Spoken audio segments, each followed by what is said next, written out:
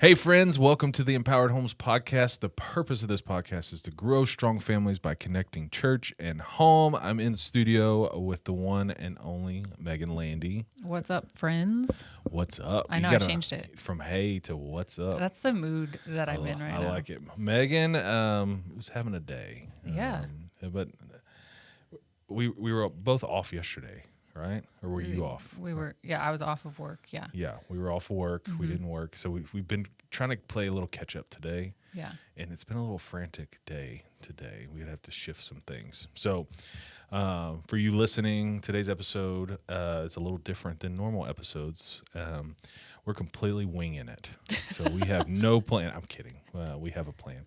Always have a plan. A little plan. It's a little plan, but I had to force Megan into studio to hey, right. Come on. There's families that are going to be blessed by what we have to share today. We got to do it. And Dragged me in.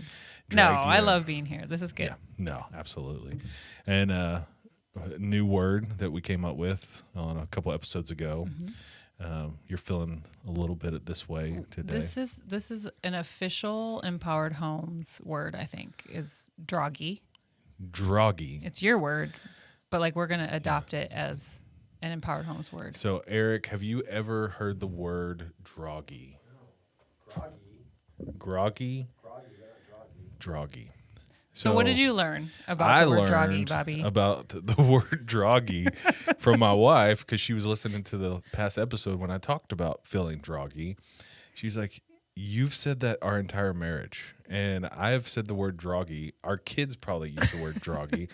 I just thought it was a word, and I've been making this thing up this whole time. I love it. No wonder people gave me dirty looks every time I would say it growing up. I just kind of feel a little droggy today. Wait, what do you say?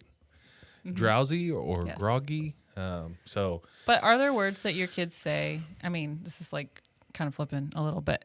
Words that your kids say that you should correct them, but you don't. Maybe it was one of those words that nobody corrected you because they thought it was cute when you were little, and then they never did. Like Logan, our son, now he does say them right, but I didn't ever correct him, and he said finger with a TH and fum with an F, and it was too cute to correct. Yeah. So maybe that's what it was. We have a few of those. So Academy Sports and Outdoors, shout out, plug to them. They're a sponsor of today's show. Maybe they would sponsor us. When Chandler was little, I had to run to Academy to get Charlie a new glove or something for baseball. And I was like, Chandler, hey, come with me. It'd be super fun. And she's like, no, I don't want to go. And I was like, come on, it'd be fun. We're just going to Academy. It's down the street, whatever. And she says, I don't want to go to Academy. And so we call it Academy now forever. So Academy, she said Academy. And so now it's Academy. There's little stuff like that we use all the time. When I was a kid, I can't say this on our Christ-centered do we have to, Jesus podcast. Do we need a bleep? Yeah, Eric, get the bleep ready. No. So my granny lived on a ton of land, and I would go in the summers and hang out with my granny. When I was little, I would tell my papa, Papa, I want to go down to the pasture. And so I didn't say the word pasture correctly. I would say the word that you would say to someone who is a child without a father.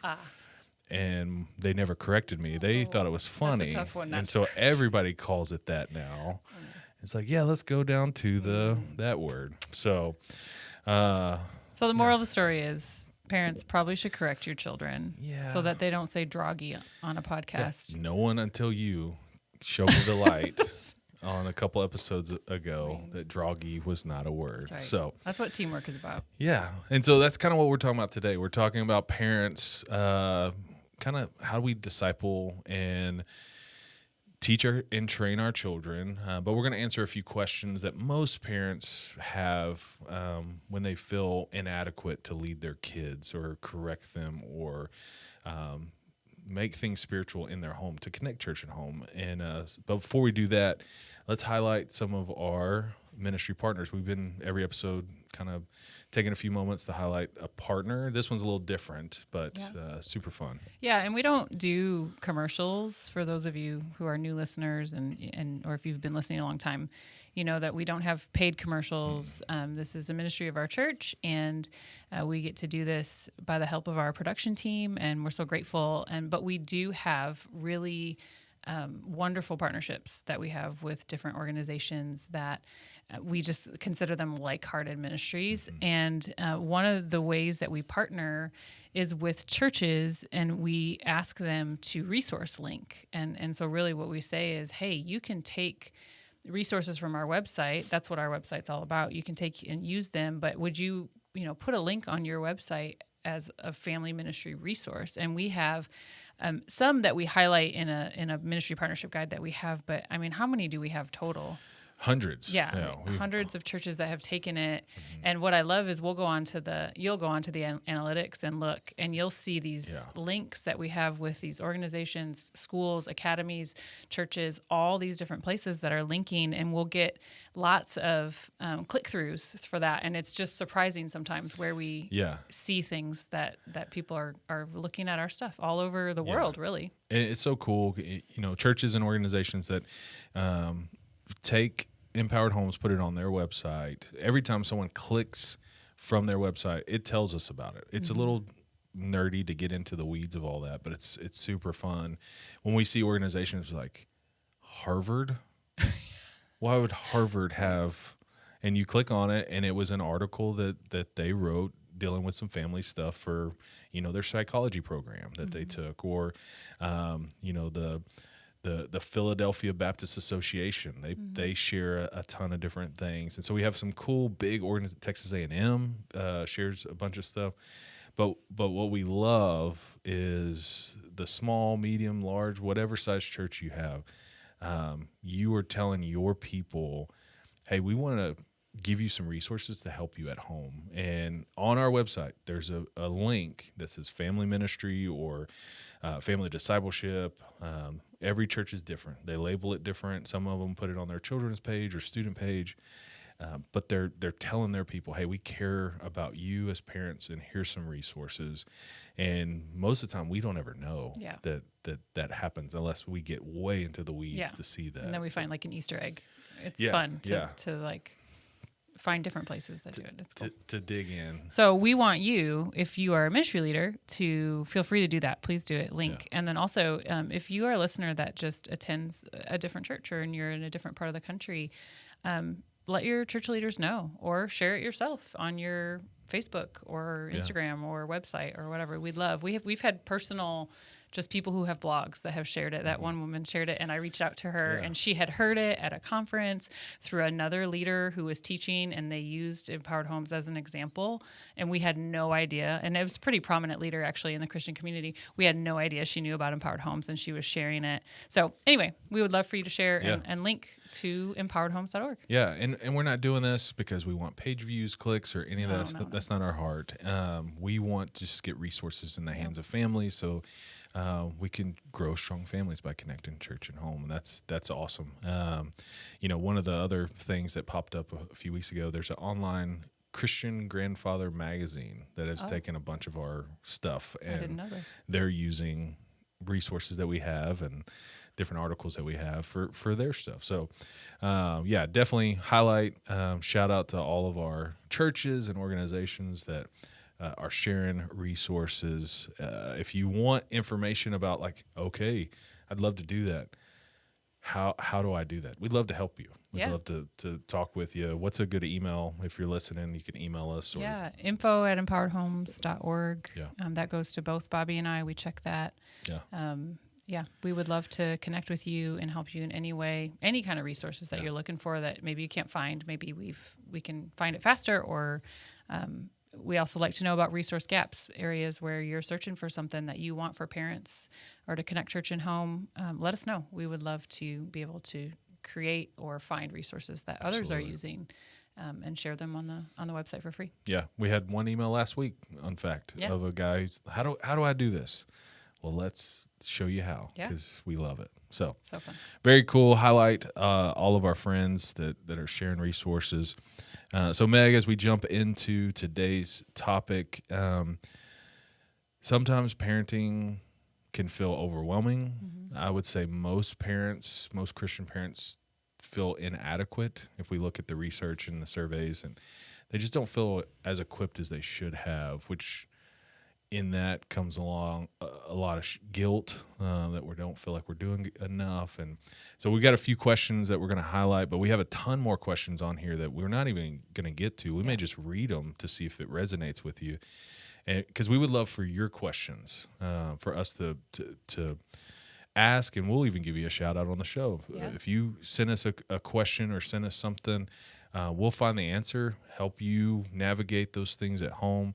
But Meg, before we jump into this, I asked you this question walking down the hall just 10 minutes ago. What's one of your biggest parenting struggles that you have right now? Yeah, right now, with the pace of life that it's been over the last couple of weeks, this is the early part of the year. Honestly, it's felt like, because I've been gone and busy working extra hours before or after normal working hours, that I'm not feeling present. And really, I guess the term that the kids use these days is locked in. I've not felt locked in on really promoting and being intentional about my kids' spiritual growth. Yeah. And I think that can go a number of ways in our own minds. And for me, it tends to either go towards when I'm allowing myself to be kind to myself and really just going, okay, Lord, I know that you can help me recenter. Then I'm going, okay, that's okay. Like, there's seasons where we don't do that. But a lot of times where I get stuck is like feeling guilty or I'm not doing enough. And then I get stuck in my mind of like, what all these things that I'm failing at. It like spirals. And so that's the battle that I don't know if others feel that, but I feel that battle of like, not getting stuck in the guilt and then feeling like, oh, I'm doing nothing. Oh, this is, I'm ruining my kid's life. Yeah, you get in that cycle. So those of you listening or watching, if you have ever felt this way, raise your hand. Like, I hope a bunch of people are raising their hand in the car or wherever they're listening. Eric, was that a hand raise or were you just, no? Yeah. So you're not alone. Yeah. I feel the same way. We all, as parents, I think, because we do care about the spiritual growth of our kids and all these things, that there are seasons and times where like, man, I'm dropping the ball. I'm not locked in. I was gonna say something other catchy, youthy term. Youthy. Yeah. We're so old. We're so old. I can't even. Droggy is my word. That's good. So, but yeah, thanks for sharing that, Meg. And you know, to put that question back on me, I feel the same way sometimes, but I think one of the biggest struggles that we have, me and Jen have been talking a lot, like, just seems because of the schedules, because we got something every night of the week, we've got kids involved in everything, like our level of communication just seems so lacking. And so, like, there's times where we have to stop because we're frustrated with the kids because we think we asked them to do something, or we think or assume that they know, like, oh yeah, this is what's going on, only to realize like, oh, we never really told them. And, we had breakfast with some friends last week, and it was us and their kids and our kids, and we were sitting together, and we got there, and it wasn't refreshing in like a good sense, but it was refreshing going, oh, okay, y'all struggle with this too. Because they got there and they're like, oh yeah, we forgot to tell our two youngest kids that we were even coming to breakfast. So they showed up and saw us. They were like, oh my gosh, the Coolies. Yes. They're like, oh, we forgot to tell them. Like, they thought we were just going to breakfast. They didn't know. This happens in my house all the time. They didn't know. And so we were like, gosh, okay. So y'all struggle with it too. We struggle with it. And then with Charlie, like, there's just times where, like, he'll put his earbuds in and like be listening to music and everything, and then he doesn't communicate with us, or gets in the car and then he doesn't, and then we get frustrated, like, man, he just is spacing us out. One, he's kind of teenager, that's part of it, but two, like, we initiate that, we control the earbuds, we control the phone, we control all that, and so just kind of trying to balance that, what do we know? Have we told our kids? Yes. Have we clearly communicated? But then also like making a priority when we have those times, like, hey, get off your phone. We need to talk through. Let's at least see how your day's going, Yeah. instead of just getting in the car and putting your headphones in or whatever. But Yeah. I'd say that's our biggest kind of parent struggle right now. But Yeah, and I think just along that same kind of line of thinking of we get stuck in this reactive place instead of this proactive place. And so anytime that we get stuck in the reactive place, that's when the communication starts to go, or, we didn't anticipate the change of season or the change of schedule. And so when we're not being proactive, then, we lose our habits and our rhythms. And then that's where I get stuck in this, like, I'm not doing anything. And what am I doing to contribute to their spiritual growth? Things like that. And so it is an interesting, like, balance of, you can't stay ahead of everything in life, but there is this idea of like staying proactive versus being reactive. And the balancing act is, there's a book Frank Beeler wrote called The Myth of Balance, came out several years ago. And I always try to highlight that of like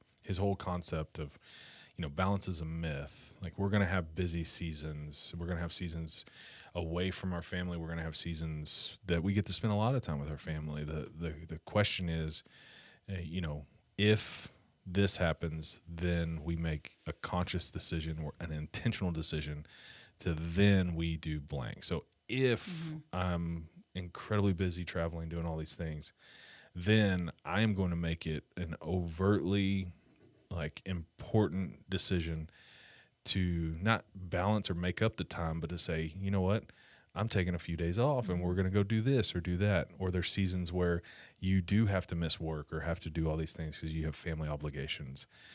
If this happens, then I'll catch up at this time. And so the if then has really helped our family. For just me personally, like, I know if I'm gone for a long weekend, then what am I going to do to intentionally, you can't make up time, like time's fleeting, but I can be present. I can be extra present, add more things. Like, I came home and we had, a special dinner and we did different, like, being more intentional, that out of the normal that we wouldn't normally do. But because I was gone, then I tried to be more intentional with the kids. So balancing is hard. And I think every parent listening probably struggles with that on some degree. If you have it mastered, if you're like, oh, I got this figured out, you got to come. Email us. Yeah, email us. Come on the podcast. Come on the podcast. We would interview you. We would give you plenty of space for articles. Oh, and Eric, all that. do you want a mic? Eric, you got it. How are you on balancing all of life? Eric understands. Eric is our Yeah. Eric is our production guru that hangs out with us here Yeah. in the studio, for those of you who are new. Yeah, those of you know Eric, none of this happens without Eric. So And Christian, he's not here Christian today, but comes Christian, in sometimes too. So that's right. but Eric's got 4 kids and both husband and wife work, and y'all got a lot going on too. So but balancing. So I would say most of our families kind of fall under that. Sure. But when it comes specifically to being the primary faith trainer, we put together a list of questions. And again, those of you listening, we're not going to go through all of these, but I'm going to ask Meg a few. She's going to ask me a few, just to kind of, again, talk about stuff that we all talk about. We're not experts in this. No. There's questions on here that I can honestly look at you, Megan, and be like, I have no idea. I don't know what to do for this, to be the best primary faith trainer. I don't have an answer for it, but that's okay. And I think for us being intentional and not as reactive, we can respond to these things well, but with intentionality to try to find the answers so that we're equipped and ready. Absolutely. Well, and as we get into that, I was thinking, if you are new, if you've been around, you've probably heard us talk about primary faith trainer. We talk about it all the time. Don't want to assume. If you're newer and you haven't kind of walked through the 4 C's of primary faith training and the phases of being a primary faith trainer, we'll link that in the show notes, but the 4 are caregiver. So that is, you're caring for those who are aged birth to 2. A cop is ages 2 to 11. A coach is ages 12 to 18, and consultant is 18 plus. And so we walk through those different phases of parenting, and kind of your role in that is a little bit different. Now, we're not going to go through all of that in our questions, but I just want to remind you, for those who maybe are new, that you can take a look at that, and that helps frame. It frames the question, because if you're a caregiver and you're reading this question, you might go, I'm just trying to keep this thing alive. Right. That's the phase you're in. Yeah. Absolutely. This question, you keep it on your back burner for later, that you're going to go. If you're a cop and you feel like all you do is bark rules and orders and you're blowing your whistle, telling them to stop, that's part of the phase that you're in. So this question may not connect, or it may hit you bullseye. If you're in that coach phase, a lot of these questions that we'll go through is that coaching phase where, you're on the sideline and your kids come over to you, you run the play, they go back in, and you're just hoping that they listen and that they follow instructions and that they're on their own. You can't run the play for them. They have to go do it. A lot of our listeners might be in that phase, and that's going to dictate how you receive this question. And then those of you with older kids who you turn into a consultant, consultants typically aren't the one reaching out to their clients to consult them. They're responding to the questions that their kids are asking them. And so if you're a consultant and you feel like all I do is berate my kids with questions, pull back and wait on them to ask you questions. Then you consult. So great point, Megan. Sometimes we assume that, everybody knows everything, and we talk about primary faith trainer and all that. And that is our God-given responsibility as parents, to raise our kids in the ways of the Lord, to teach them and impress God's love, his gospel, and grace upon our children, because we say all the time, what is the church, Meg?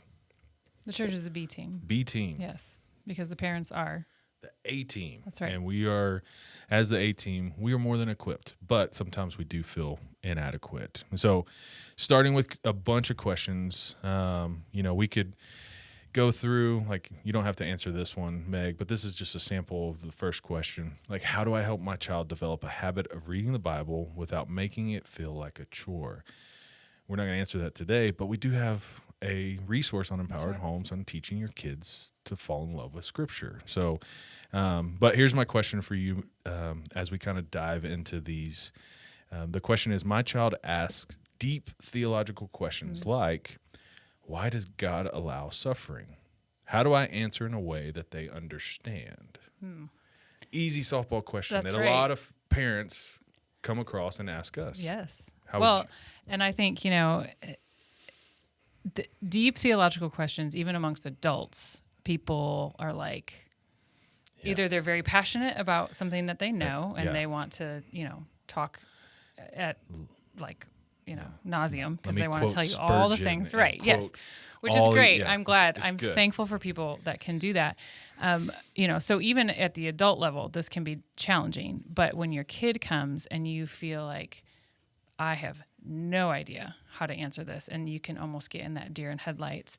And sometimes the tendency is to either kind of dismiss the question, kind of like, oh, okay, yeah, okay, I'm not really sure, and then hope they just don't ask it again. Or you can try to answer it, and if you don't have the answer, or it's not theologically sound, then that's like no pressure here. But, you might be telling them some things that aren't completely true. Yeah. And so I think your very first response in any question that your kid asks is, thank you for asking that question.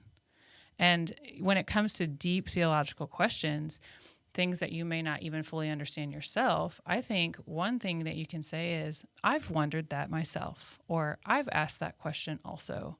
Or a lot of people who are, following Jesus and want to know about God, they ask these questions. So you're kind of normalizing the fact that curiosity is a part of faith and understanding why you believe what you believe. And so embrace the curiosity of your children and say, I'm so glad that you asked that question. And then if you're saying, like, I've wondered that too, that kind of takes that stigma off of like, well, if I don't understand something, then sometimes you can feel like I'll never be able to understand it. It's too hard to understand.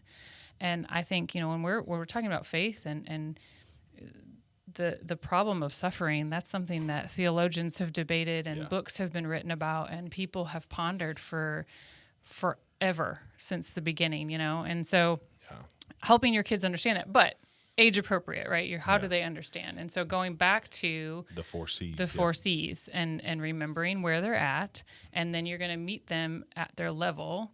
And if you don't know the answer, you're going to say, you know what? I'm not really sure, but let's figure out where we can find that answer.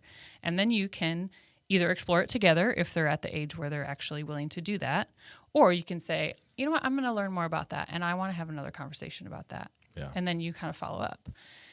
Again, I'm not an expert on this, but I mean, that is the way I think that you can at least kind of take that, initial I don't know what to do. Yeah. When you don't know the answer. And just saying, be curious. Creating a culture of curiosity, I think is key. But also when they come with those questions, for you as a parent, if you can, just take a step back and go, the Holy Spirit's working in my kid's life. That's right. The fact that the Holy Spirit is leading them and prompting them to be curious, you can go, oh, thank you, Lord, that you're working. And, our kids come to us and go with these hard, theological, tough questions. And again, if we don't know the answer, we don't know the answer, but I can see the evidence of the Holy Spirit working and God deepening his relationship with our child. The last thing we want to do is squash that or squander that or put that on the back burner. We want to elevate that. And even in this process, as you're helping answer the question of letting them explore and letting them ask God, if just, for example, if this is why does God allow suffering? Why do you think? Mm-hmm. Especially if you have the coaching phase or the consulting, why do you think that is? Why do you think, what is God trying to teach you through this? What is God trying to show you? Because it removes them. They want to come to mom and dad because they see us as the authority figure and that we do have the answers and that they're, for the most part, going to follow whatever we say. But a lot of times they're just becoming little us, and we want them to be little Jesus. And so we want them to cultivate their own faith. And so it removes this barrier of going to mom and dad for the advice and letting God himself give him the wisdom or her the wisdom, because it's their faith. It's their process. It's and that could be super scary sometimes. Sure. But it's a window into their heart and their mind. Yeah. And really, answering a question with a question to figure out where they're at first is really, that's really a good step. Because you can be like, oh, let me tell you, and you throw the books down and all that stuff. And you're right. Absolutely. And my kids be like, Dad, it's not that serious.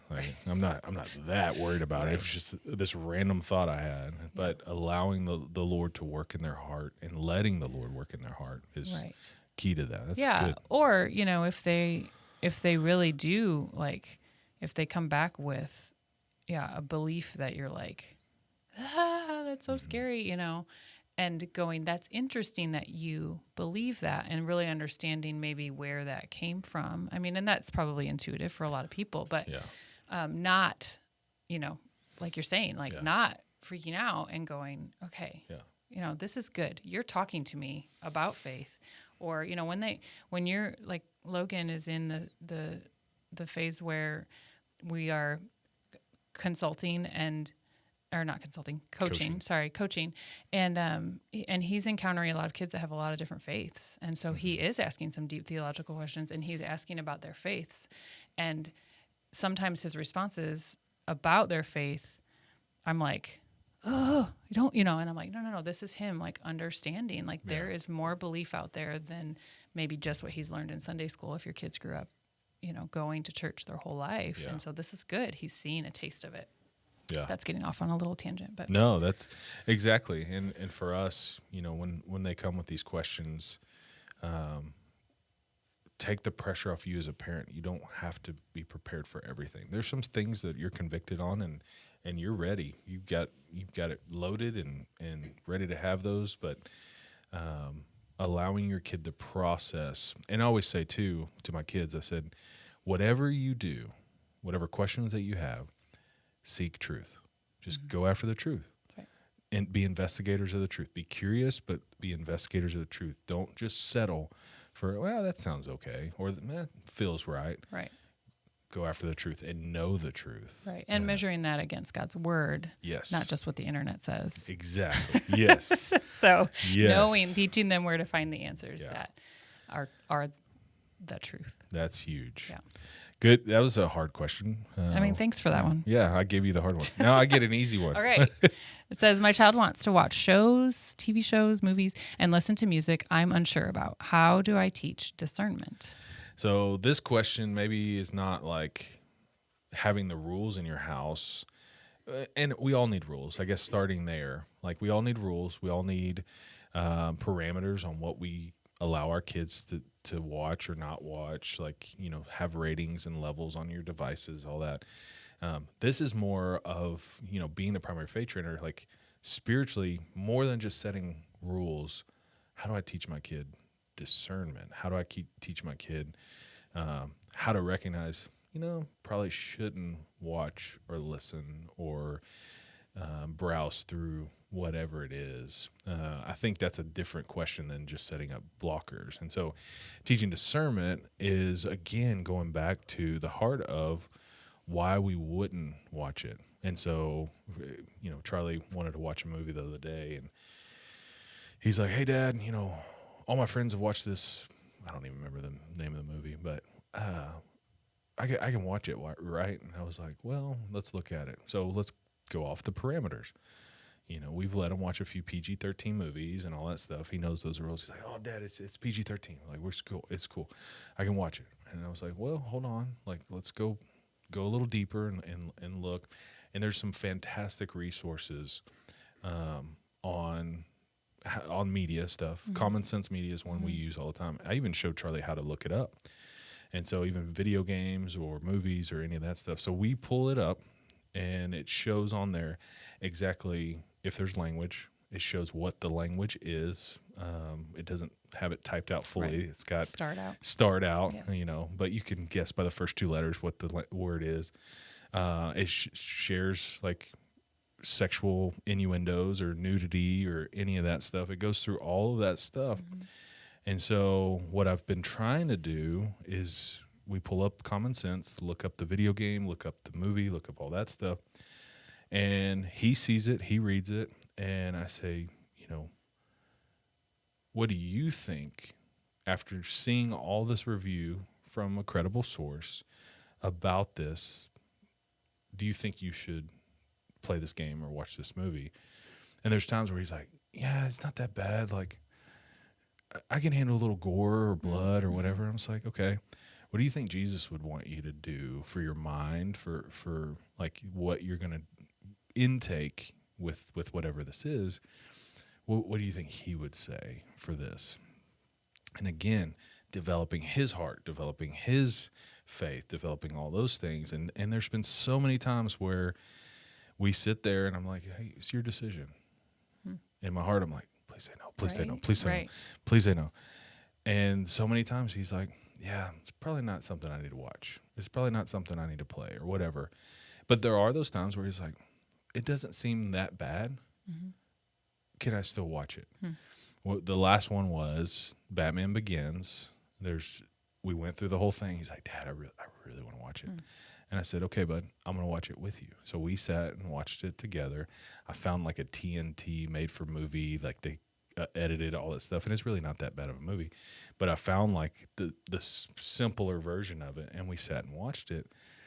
And I said, what'd you think? He's like, it was fine. Like, it wasn't this magical thing that he had put in his mind. He was able to discern, like, I could have lived with it or without it. But letting him be a part of the process as opposed to me just being like, no, you can't do that. Because guess what's going to happen when your kids you're in the consultant phase. Yeah. When they have all the freedom, they don't have mom and dad, they don't have me to ask, they're going to watch anything and everything and just melt their mind with just nonsense. Right. And he still might, but at least I've taken the process to teach him how to discern between the two. So Yeah. that'd be my answer. And we have that conversation with Logan all the time. I mean, more and more now, because he's 3.5 years from kind of launching out as an emerging adult. And I say often, like, one day soon, you're going to be able to look at all these things. You're going to have your phone. You're going to have access to every single thing under the sun. And I want you to learn to use it like a responsible adult, and so it's like we have that conversation all the time of learning the discernment and helping him understand, like, you have to make these decisions for yourself. I can help you. I can guard you. We should as parents. Yes, absolutely. But you slowly have to let go, and you slowly have to let them make mistakes in that, and choose. And sometimes we're not always there. Yeah. And so, that's a whole different conversation. But also, how do we help them, learn to, like, okay, I've made that mistake now. How do I walk, out of that in more discerning way? How do I learn from the mistake that I've made? I mean, that's a whole part of that process. Yeah, it's a huge part. So there's a ton of questions that we have on here, and we'll end this way. We won't go through the last two, but we'll end this way because we want to hear from our listeners. Like, we say this and we get a few things, but we'd love to hear what questions that you have that maybe we can have a discussion next time, and we'll even give you a shout out. And that's right. And I'll send you a coffee mug. Yeah, we'll send you an Empowered Homes coffee mug. If you submit a question for us to go through as parents that you want an answer to, of how to handle a situation. So here's a few of the other questions that we've come across. Like, what's the best way to teach my child about sin, repentance, grace? Like, we can do a whole episode on that. Mm-hmm. How do I disciple my kid through social media? How do I help my teenager navigate issues like gender, sexuality, identity in a biblical lens? How can I help my child stand firm in their faith at school when they feel like they're the only Christian? That was actually on our list to discuss today. But if you have questions that you're like, man, I'm in the throes, I feel overwhelmed, I don't feel like I'm adequately equipped to be the primary faith trainer, we want to help you. And so please go to info@empoweredhomes.org. Send us any questions you have there. Comment on YouTube, comment on the description, direct message us on Instagram, however you want to get a hold of us. We'll send, Meg, you said it. We're going to send you a coffee mug. Yeah. And we'll do that. But we want to have some good, tangible questions. We want to hear from you. And if you have stories of things that worked, if you have a question and then maybe a story, we'll read that right here on the podcast too. So we just want to engage our community. We got tons of great parents that are listening, and hope that you guys are encouraged to know that you're not alone in this. Like, me and Meg, we get asked all the time, like, with Empowered Homes, like, y'all must be the best parents ever. I'm like, no. We are falling forward. We're just trying to be disciples of Jesus ourselves so that we can lead our kids to know and love Jesus. But man, we're not at all. Yes. So we're grateful for all of our listeners. Megan, if they want more information on anything we talked about today, or the 4 C's, or any of that stuff, where can they find all this great content? Yes, visit empoweredhomes.org. We have said our email address, info@empoweredhomes.org. You can reach out to us with any questions, any suggestions, anytime. Anytime. Thanks, Meg. Thank you.